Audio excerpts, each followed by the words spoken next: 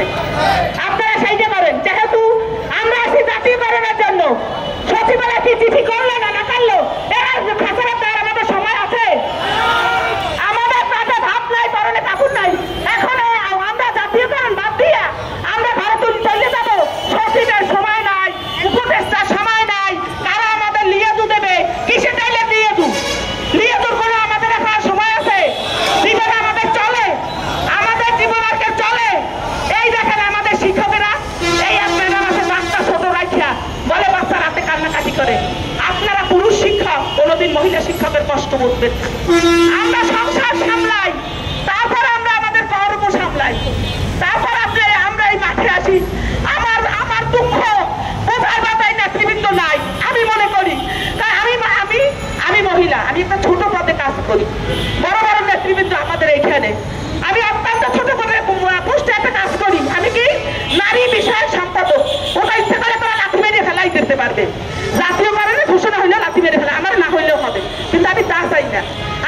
আমি চাই এখানে দশের স্বার্থ যেখানে জড়িত, 10 জনে আবার ব্যানার করার পয়সা দেবে। আপনারা পারবেন কিনা সেইটাই মাঠে বলবেন।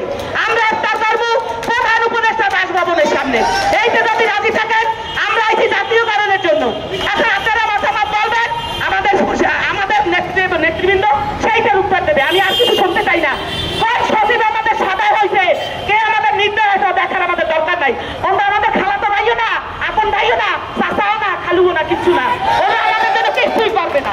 ওনাদের মতো সচিবরা কি করবে এটা আমাদের বিগত দিনে এক যুগের বেশি দেখা হয়ে গেছে।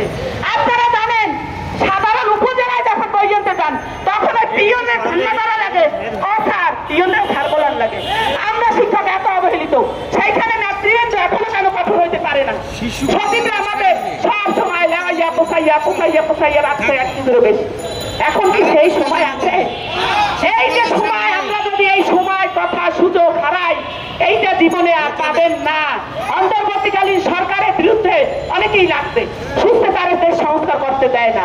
আমরা এতদিন শান্তিপূর্ণই ছিলাম, কিন্তু এখন আমাদের দাবি আদায়ের জন্য ইফতার করতে হবে প্রধান উপদেষ্টার বাসভবনের সামনে। আপনারা সেইভাবে যদি রাজি থাকেন নেতৃবৃন্দ সেইভাবে উত্তর দেবেন।